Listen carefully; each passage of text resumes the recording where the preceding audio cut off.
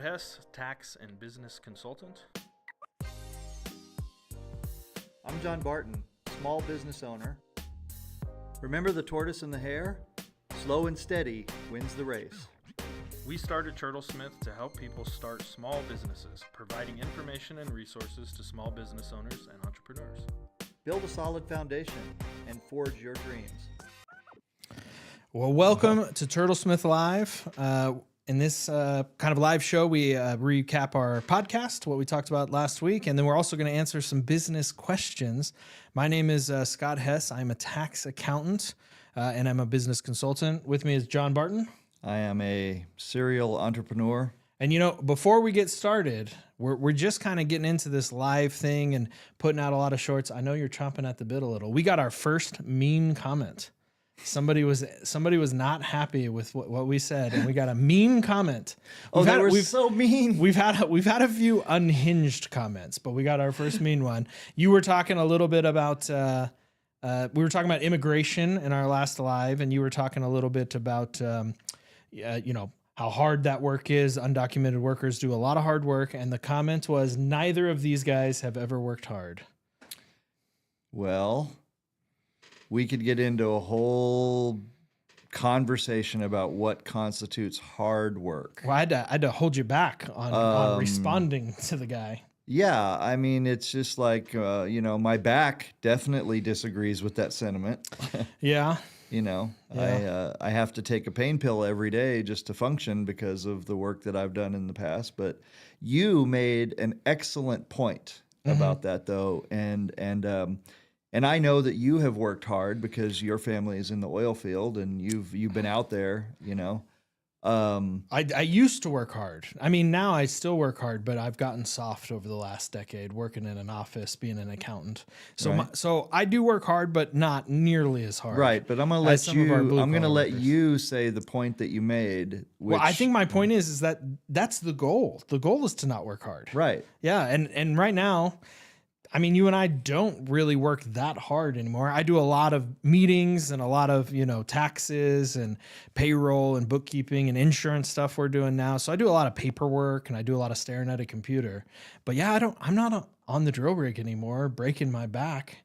And I'm not climbing up on ladders, building 14-foot booths and, hauling shit through the snow and all that. And that's because I worked real hard to not do that. Right. Yeah. That's the point of this whole thing is to set up a business so that you yourself don't have to be out there doing backbreaking labor, and the point that we were making about all this is that if you have a business that depends on people being willing to do hard labor and you kick the people out of the country who are willing to do that labor, then yeah, guess what?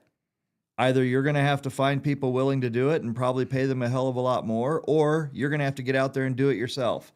So I'll bet you that a lot of these, both millionaire farmers and struggling farmers both are not going to like it when they don't have people willing to do that labor. That's true. That's true. Well, let's jump into the recap of our episode that dropped this week. We talked a little bit about the drone situation. So the FCC has banned, or they updated their cover list, which effectively bans Chinese manufactured drones from being imported and sold in the US, which really puts a big hamper on a lot of small businesses. I didn't realize this. I mean, I've seen it and I've worked with people who do the drone work, but when we were doing research for the episode, I didn't realize how big of an industry drones Well, just wait until you start to buy the Fiesta drones that are made just over the border in Mexico. Yeah, is that going to be it? Well, I mean, what does all this really mean? Like, how much are they really going to go? They do this thing, they ban these drones, right? Which we talked about it. I'm okay with them banning it for the military. The military shouldn't be buying stuff like that from other completely makes sense. Non-allied countries, if you will. Completely makes sense, right? But for consumers, I don't understand it. I think you made a fair point about, what can they possibly show that is going to be a problem? You were like, well, hasn't the whole United States been mapped already? Right. Well, that was And- one of their safety arguments, was that they're going to send topological or topographical information back to our enemies. And I'm just thinking, like, don't they have satellites? Can't they already tell basically everything? I also feel like that there's just information overload. Mm-hmm. I mean, you're going to have if you've got millions of drones over here with people flying them and doing them and for business or pleasure, that's just going to be so much freaking data to To go sort through. through. I mean, you probably have to have a city-sized data warehouse over there to be able to go through it. And Well, maybe they do have that. Well, I But- would think the manpower to go through it too, but I guess maybe AI takes that over a little and they can sort through stuff and find things that are needed. I don't know. I imagine. But I mean, the point that I'm making here is that these companies have been contending with this for a long time, this impending ban. It didn't just start under this administration. No, this has been dating back to like August 2017 when it was the like- military first banned it. And then it's been an 8-year struggle for DJI, I think is the yeah. biggest Chinese drone manufacturer. They've been fighting this, trying to keep it from happening. So it has been a long time coming. It's just, But I it would finally bet, happened here in I would December. almost bet anything that they have contingency plans in place to start manufacturing elsewhere. And it's going to depend on how much the federal government is willing to trace back the actual origins of the parts and everything. well, I think they will be willing to do it because it's the FCC that really controls this. The FCC has this ban list or this, what was it called? I'm sorry. They have this list of covered list, which allows or disallows certain manufacturers from producing their goods here. And it's all about radio transmissions. The FCC controls radio transmissions and GPS transmissions and stuff like that. And so any new models that want to be made or imported or sold in the United States has to go through this FCC approval. They look at the schematics, they look at all the information, and then they decide whether that product can be sold in the US. Well, we'll see what happens, but I predict that we're going to see a lot of more drones from places like Vietnam and other places like that. Some Mexican brands start up and whatever. But if DJI or the Chinese manufacturers involved, I wonder if they'll get approved or if these kind of niche countries or new companies need to be spun up. See how many layers of obfuscation lies between DJI and the actual company making the drones. Yeah, fair enough. Well, that's kind of our recap. Check out the episode. We have to go in way more detail about the timeline, the industries affected, what small business owners are going to have to be doing, the cost of them, which I couldn't believe the comparable products that are sold here in the U.S. are like 1,400% more expensive. No, $14,000. Yeah, it goes from 1,000. Yeah, it's just Yeah. wild. So anyway, but let's jump into some questions. That's really what we're here for, is to answer questions on our live show. Dylan, do we have a question? How does the FCC determine what is on the banned list? So the banned list, which again I need to remember this goddamn name. I should have wrote it. The covered list. The FCC determines anything with an unacceptable risk to U.S. national security or public safety goes on the covered list. So basically anything that's made that has a possibility to send transmissions or send information to our adversaries is unacceptable. It's an unacceptable risk, and they put it on this covered list. Yeah. Now, how does it get on that list? I believe that they have to, they have hearings about this, and then they'll put it up for public comment. I believe. Well, I think it goes directly to the FCC where they review it first, and then it goes to public comment period, and then they'll decide whether or not to allow it or disallow it. The crazy thing though is it's not just the initial models. All software updates have to also go through this approval process before they can be uploaded into your equipment. And so that's one of the big problems now is people who have drones that they've already purchased will not receive any new updates. I don't understand why they just can't make it where they make it where these companies have to have all their servers and everything in the U.S. So any information that the item transmits back to the cloud, so to speak, would be on U.S. servers. and they just inspect them and make sure that it can't transmit anything back to China or whatever other country or wherever. That's a great and reasonable suggestion. I mean, but it's the government. It's not always reasonable. That's it seems to me that there should be other solutions other than just broadly kneecapping the drone industry this way. Well, but that's what the government's for, is to kneecap stuff. Well, them and the mafia. There you go. There you go. What's our next question? Would you say I could still use the drone I bought last year then? Yeah, you can use it for as long as it continues to work. So anything that's already been purchased or anything on the stores right now, the inventory, there's been a good old run on everybody's stores buying everything up. They all will still work and you can still use them, but they will not receive any new updates. Unless it's been approved. Well, unless it gets approved, but I don't think the FCC is going to be approving anything from these manufacturers to update. So resist the update. Yeah, it might be some hackers putting up some new updates, you know. I imagine that what it might be, you know. We talked a little bit about that. Maybe DJI will open source their software for all the old stuff. There you go. There you go. That would work. But yeah, unfortunately, you can still do them, but they're going to become obsolete rather quickly, unfortunately.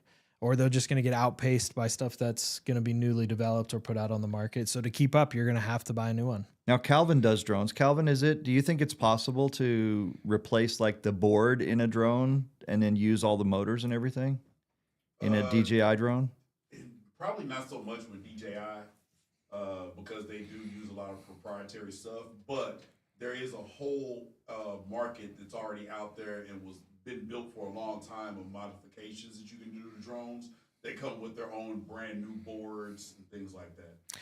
I think people will find a way. We'll see it. We'll see kind of how it goes. You know, we talked a little bit about this in another episode, and we talked about it in our last one about how John Deere was making such a stink about, you know, the right to repair. And so farmers started working with Russian hackers to hack their dang tractors just so they could fix them. Same thing with McDonald's. You know, you've heard of the McDonald's thing where all the ice cream machines are always broken. Yeah, they were starting to sell a hack so that the store owners There was could a fix company that made a hack that would literally fix it in a few minutes. It was an error code. They'd have to send a technician out to do this. Mm-hmm. And with this hack, you could basically fix it in a few minutes and then your ice cream machine would work again. And McDonald's sued the company that was providing the hack and threatened to fine like any of their franchise operators that used it. Yeah. Because they had made this deal with the devil years before for the maker of these ice cream machines to only let their technician service them. Yep. Ridiculous. Well, what's the next one? We actually have two more related to the drones. One is, what are drone businesses going to have to do when they need to replace a drone moving forward? So they're going to have to buy one that's acceptable to be sold in the U.S. And unfortunately, right now, we had some of the most common ones, Skidio or Skydio. I'm not sure how you say that. Anzu, Parrot USA has different variants, but you're going to have to buy new drones that are approved by the FCC. So one thing that I see probably rising is a rise in do-it-yourself drones. I think that'll be a thing. You're going to be able to buy kits and 3D printed parts and things like that. I see a lot of videos where people experiment with these things. So I think that will probably go bigger, where you'll find lots more people stepping up online and saying, "Hey, I can build you a drone." So that works for like the hardware of making a drone, but really the nuts and bolts of it is the software, like how it communicates with your controller, your receiver, how it sends the information back. Yeah. So I wonder where that's going to come from. Well, I'd almost bet that there's probably some open source things going on with that. It's like the autopilot for cars, right? Mm-hmm. So there are kits now that you can plug into your car, and it's open source. And you can basically turn your car into a better version of the automated cruise control. Oh yeah. So it'll drive itself. Mm-hmm. Like it's kind of in between the enhanced cruise control and the Tesla's version of the what they call full self-driving. Mm-hmm. Like they've got like, you know, millions of miles now on this system. Yeah, I don't trust those. I know driverless you don't cars. trust it, but what I'm saying is it's like that's like an open source version of this. And they Yeah. send you a box and it turns your car into kind of a almost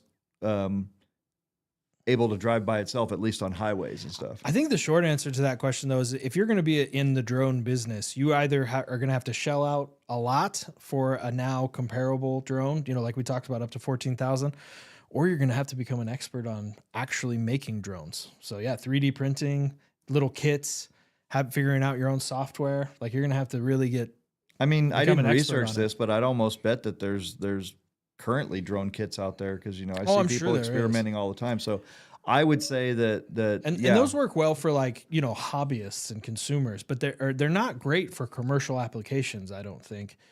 You know, that's why DJI was such a market leader, is because they had great products for commercial use, you know, agricultural, construction, all that stuff. And so that's what we're needing. And there's a hole in the market. So honestly, if you have a good idea to build a manufacturing plant, just start making good drones for a good price. I think it's an opportunity for other companies to do it. I mean, I don't know that, you know, we talked a little bit about Ukraine and their drone expertise now. I mean, they've become they've got some with that. Yeah. well, got some experience. they've become, you know, a world leader in drone manufacturing, you know, because they've had to ramp up for war. Yeah. And we know this already from, like, you know, the previous world wars that we've had, that unfortunately war fosters innovation. It does. It does. You know, so anyway, that's a little bit far afield, but if you're in a business that uses drones, then keep the ones that you have alive as long as you can, is what I'd say. Yeah. Always be on the hunt right now, because there's probably a lot of people out there that are not aware of the drone ban, that are likely selling drones that they bought for a hobby use or whatever, but they bought a good one, you know? Guys like me, like, I might get interested in that for a little while, and I might go out and buy $1,000 drone Yeah, that's just everyone that I'll with, never use. Yeah, that's everybody with ADHD. They get Right. that. They And- like get locked in, and then they buy a bunch of stuff and they never use it. And then I'm the dude that goes on, you know, I'm digging through my closet and I'm like, oh, I got this stupid ass drone that I'd never used. I'm going to put it up for $400 on Facebook Marketplace. So I would say look for those while they're still there, because that market's probably going to dry up pretty quickly as the savvy people start hoarding them and then selling them for a lot more. What's the next one? Can companies write off the drones that cost significantly more on taxes? If I can't use a DJI anymore and I have to buy a super expensive drone to watch my field of crops, are there tax incentives? Well, it's a business expense for sure. So if you're using it for a legitimate or a necessary business expense, you can absolutely write it off on your taxes.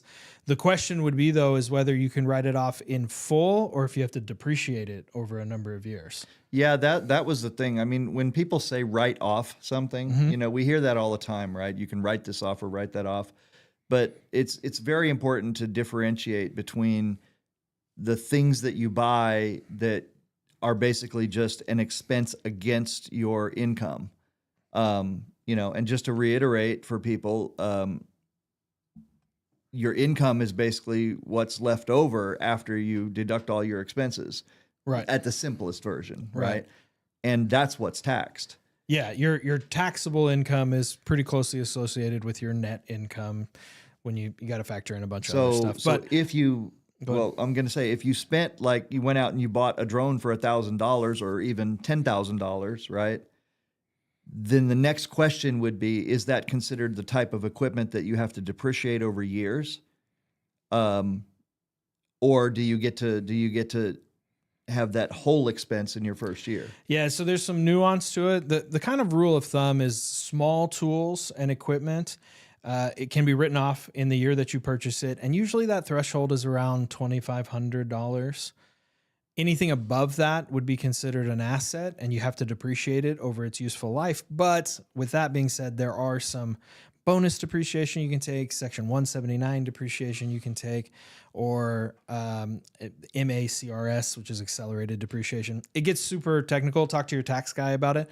But The short and sweet answer is if you purchase something that is a necessary and ordinary expense for your business, it is deductible. It is a write-off. It does come off from your revenue, lowering your taxable income. So if you are a farmer and you purchase a drone to check your crops, making your life easier, making your business run smoother, that is a expense that is necessary and ordinary.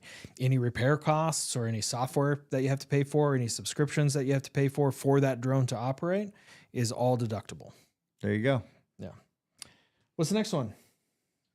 Now we have just a couple more general business questions.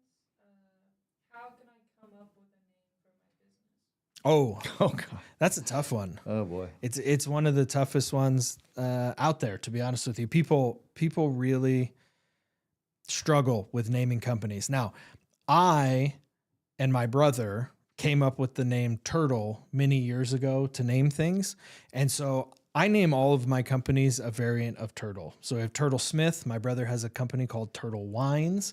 We have an oil company called Turtle Production. We have our property company called Turtle Properties. So we are very unoriginal. We just came up with something that kind of worked. I'm of the opinion that a name is not so important that you need to just go crazy about.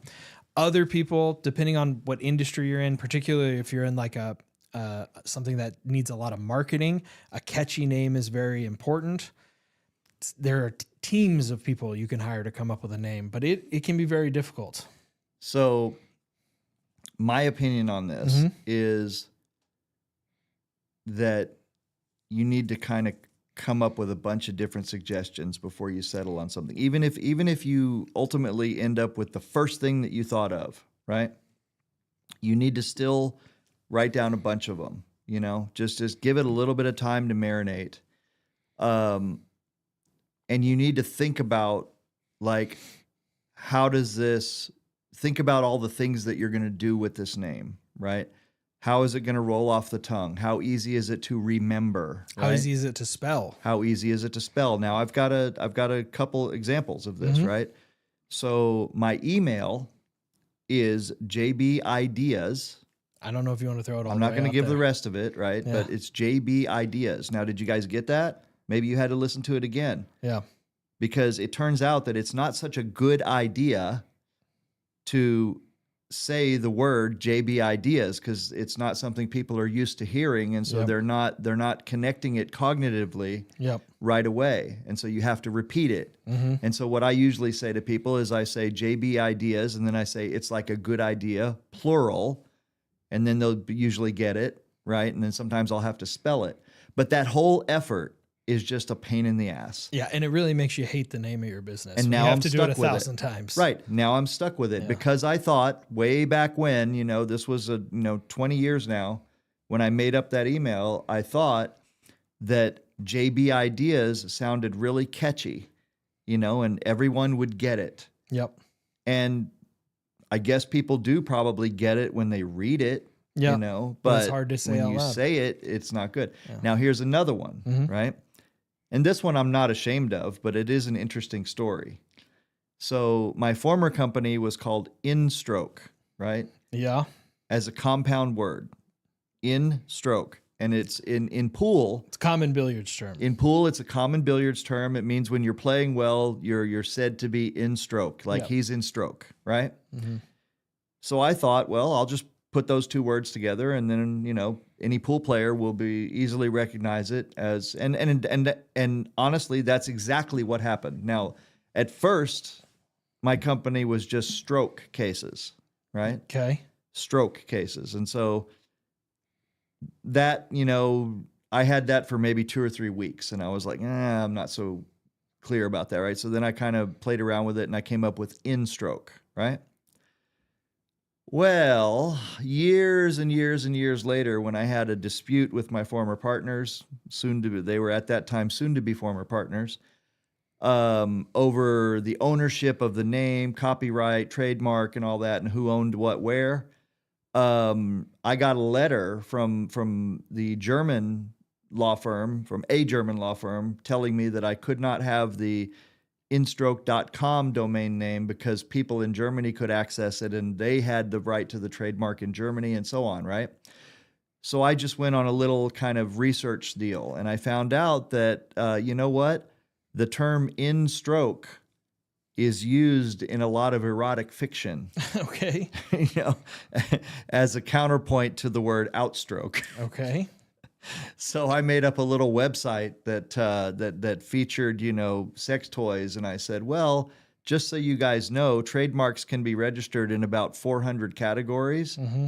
So we can register one, you know, that has the word in stroke and sex toys that people can access in Germany and trademarked in another, you know, category Just to mess with them. just to mess with them if you would like that, Yeah. you know, or you guys can just drop your ridiculous claim. That's a level of pettiness that I like. I Yeah. aspire to it. Yeah, but it did bring it home to me that, you know, maybe sometimes it's worth it to kind of look a little bit deeper on the name that you're choosing and see if there's any other connotations out there or uses. Yeah, and you also have to check trademark, whether you can get the website. I mean, it's really hard to get a domain name anymore. You got to find Yeah. something kind of A clever. top level domain. Yeah. And so, like I said, there's teams of people, but coming up with names is one of the hardest things there is, honestly. So I say to just come up with something simple and straightforward, and it should work. Use your Well, name even. Yeah, but I mean, it's like you. One of the reasons it's hard is because it's going to become your identity. Mhm. You know, it's going to become who you're known for. So there are very good reasons for coming up with like a nonsense term, Mm-hmm. you know, or a term that is just very uncommon because it becomes memorable. But then there are companies that do that and they have really unspellable names, you know, and you're like, how do I spell that? And so you Right. can't ever get there. Yeah. But that in and of itself can become a thing because the misspellings when people do it in search tend to if it's that uncommon, it tends to resolve to your company. I feel like we just spent 10 minutes talking back and forth to explain that it's very complicated and hard to come up with a Well, good but I mean, business name. it's a thing that it's a thing fine, that it's people just hard. struggle with, Yeah, right? it really is a struggle. Because you have to think about like your typefaces, your fonts, how it's going to look, how it's going to roll. My current company, JB Cases, John Barton Cases. Yeah. You know, people still call them Barton Cases, you know, or whatever. You know, they'll say whatever they want, but it's very simple, it's easy, and when I advertise on streams, for example, I tell people I want you to use this logo, this white logo, JB Cases, and it's a normal font, and it works. It's just simple and direct. It's not sexy, it's not exotic, but it's easy and it works and it gets the point across. So Well, there you go. Complicated coming up with a name. it can be. What's next? How can I protect my business idea? Oh, well, that's a good one. NDAs are the best way to do it. If you try to tell anybody about your idea, especially before you really get things going, it can protect them from stealing the idea. They can always make a separate version of it, and they're not always super enforceable, but an NDA is the best way to protect your idea when you're talking about it to people. Getting a trademark, getting a patent are stronger ways to protect your idea once they're out into the world. But there's no real foolproof way. My And wife- like John will attest, if you make something, it's getting ripped off somewhere. Yeah, my wife has a very simple way to protect your business idea. Okay. Shut the fuck up. That's a good one. Okay. No, Yeah. I'm serious, right? She's like, you talk way too much. You want to tell people everything that you're doing, everything you want to do. Then you get mad when people go out and do the thing because you have good ideas, she says. You know, you get mad when someone else runs around and goes and does that idea, and then you complain online and you're like, oh, they took my idea, you know? Well, I forget who it was that said this. You know, I'm sure we'll look it up. I don't want to say the wrong person, but the quote is nothing in the world is cheaper than a good idea with no action. Yep. Right? So people have lots and lots of ideas, lots of business ideas. And you know, we were just talking about this, about telling people what you're going to do often leads to not doing it because the telling of it gives you a dopamine hit. It gives you a rush to explain to people what you want, because people have ideas. Yeah, we've talked about that before. And- I'm a big fan of not saying, I don't tell people my plans or my ideas until they've really started moving and I need their actual help. I don't try to run it by anybody, because you do when you say, I'm going to run a marathon, like, and you start telling people about it, like, I'm going to train and I'm going to run for a marathon, you get that same kind of dopamine effect as if you've already accomplished the goal. And so that's why and then I you try make not to say it out excuses there. for why you didn't get it Right. done. You know, I'm sure I plan to do it. I'm still thinking about it. Yeah, You know, and and then you it- get that little extra dopamine hit right there. It does. And you never So- actually do it. So to get back to the core question, though, legally, you cannot protect a business idea. Mhm. Okay. An idea, a concept, you can't protect that. People think you can. They think, oh, I can send it off to myself in a letter and get a poor man's copyright. Yeah, it doesn't So work let me for just ideas. let me just go over real quick the things that are ideas.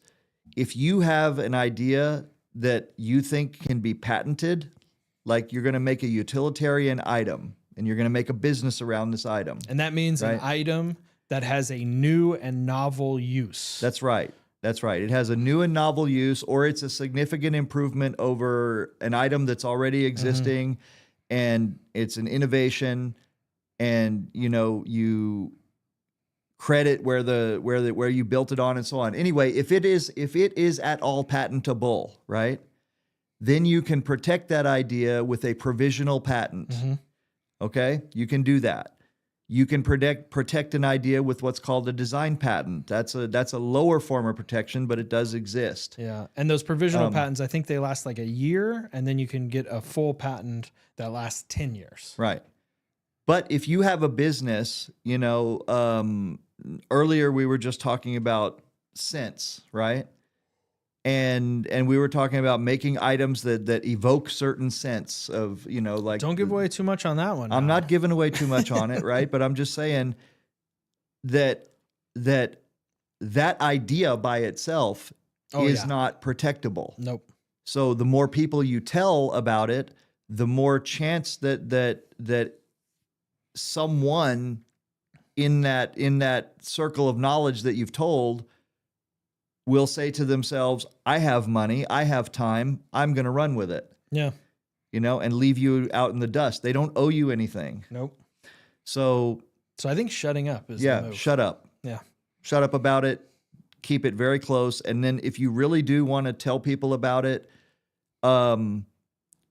resist the urge Or get an NDA. and get in. I was going to say that. Get NDAs. NDAs are for people that you're really trying to get to invest in these things. Yeah, or work with you on it or something. Like Yeah. And so there you go. That's how you can protect it legally. that. We got any more?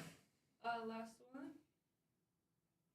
What is the biggest mistake you made as a business owner? Oh, I don't know. Do you have one? I've made a lot of mistakes. I don't know what my biggest one Oh is. my God. Yeah. The biggest one. What is the biggest one for me has been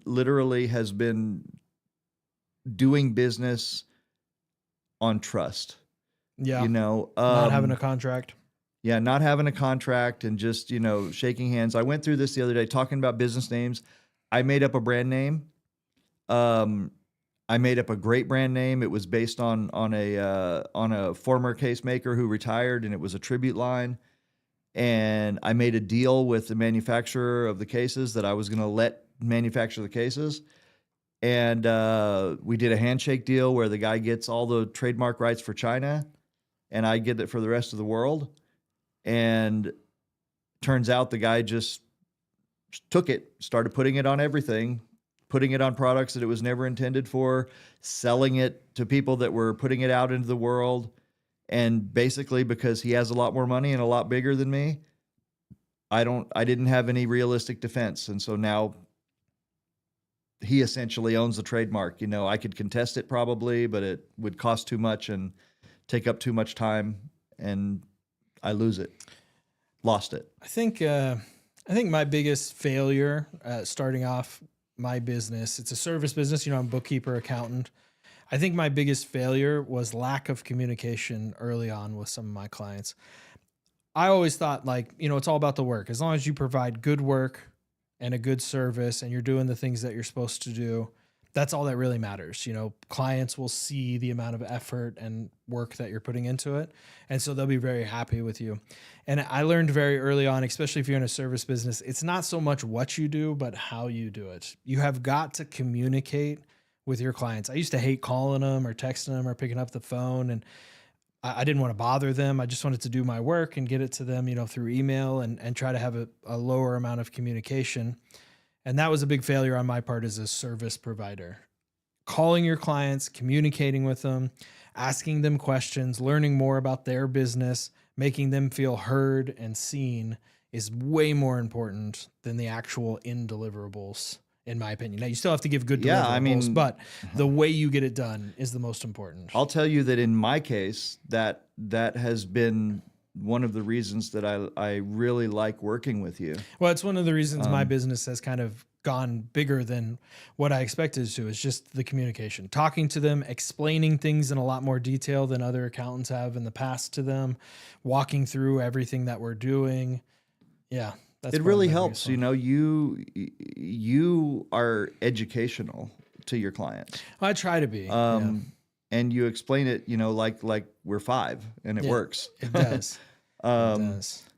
And it does. Now I want to, you know, mention one more thing about that. You know, the biggest failure that I've made in all of my businesses has basically been a lack of planning, of real true planning. And that comes back to the whole losing the brand name, the trademark that I made up. That was because all that was done impulsively rather than deliberately planned out. You know, like it's okay to have an idea, but if you immediately act upon it and give away rights and things like that, you know, inadvertently because you're excited, then down the road that can come back and bite you in the ass in a big way, like it did to me. Now that brand is worth millions of dollars. Not planning for the worst case scenarios, it bites a lot of people. Or just planning in general. Just planning in general. We talk a lot about why businesses fail: cash flow management, mismanagement of employees, mismanagement of your product.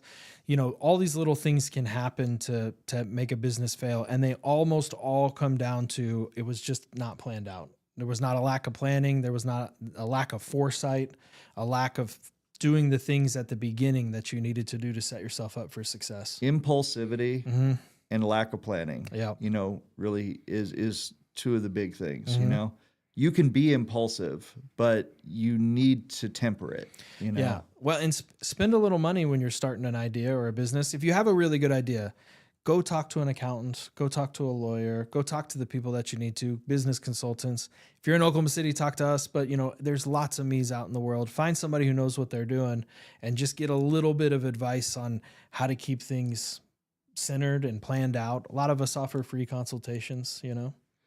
It's like you told me when I bought the building, you know, back at the beginning. You said, you know, maybe it's better to just hire a consultant or a contractor to go through all the permitting and licensing, everything and the permitting, and let one guy handle it all. And you know what? The chiefs in the city inspection office, you know, they said the same thing. They said that's the purpose of a contractor. And yes, it costs money, but these are the people who guide you through all this, and you don't have to wade through waters that you don't know the depth of.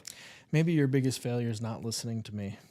I would say in the last 2 years, the things that have cost me the most have been because I haven't listened to you. Yeah. On the other hand, the amount of success that we've had has been because we listened to you. So somewhat allow me a few stumbles here and there. Okay. Yeah. You know, I'm allowed to make those stumbles now because you've got us on a better path. It's good. It's fine. You know, it's like we're going uphill and then occasionally I'll trip. But I don't fall all the way down the hill. Any more questions? If you're still with us, please like and subscribe. Comment if you have some mean comment. We'll talk about it on the next one. Please don't be too mean though. No, don't be as mean as you want. Hurt his feelings, not mine. Yeah, be as mean as you want. You know you know what's trippy? I just have so much to say about that stupid ass comment about these guys haven't worked a day in their life. Like, how do people sit on the internet and make a dumbass comment like that? Well, because we look like we're privileged and not working. We're just sitting here. But I think we earned our right to We are working right now, though. I mean, what do you... Fair enough. You know? I mean, you guys... See, this is the thing you guys don't see. Scott has put in, I don't know, hundreds of hours creating documentation and great information at Turtlesmith, right? Tried to anyway. We've got Calvin over here, that we hired that does all the production. Dylan does all the research over here, and marketing and everything. I mean, putting all of this stuff together and being in a position to put it all together, I don't know why that doesn't count as work or even hard work. It is tough. I mean, so, but beyond that, you and I have both done, I think when they say hard work, they're talking about working with your hands, and we've both done that. And I think it's stupid to assume that people haven't. Well, I did it for a little while and I hated it. And so that's Yeah. why I became an accountant, to get out of doing the hard work and just being able to sit in a nice, comfy office. Well, I don't want to be doing hard manual labor either, but my fingers have been worked raw. Mine too. So I just wish people would, if you want to disagree with something that we've said, you have an issue with something we said, just say it. Tell us what the issue is. Yeah, or correct us. Maybe we say something wrong. Like, we'd love to. Beyond the hard work one was another comment was on there was, these are a pair of morons. Yeah.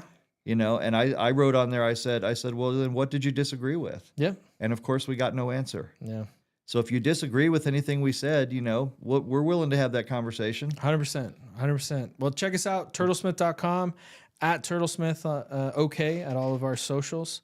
Any final thoughts before we wrap up? No final thoughts. All right. Well, check us out 4:30s or 5, like today. We were a little late on Thursdays, and check out our podcast. Releases every week on Wednesday. All right. Sounds good. All right.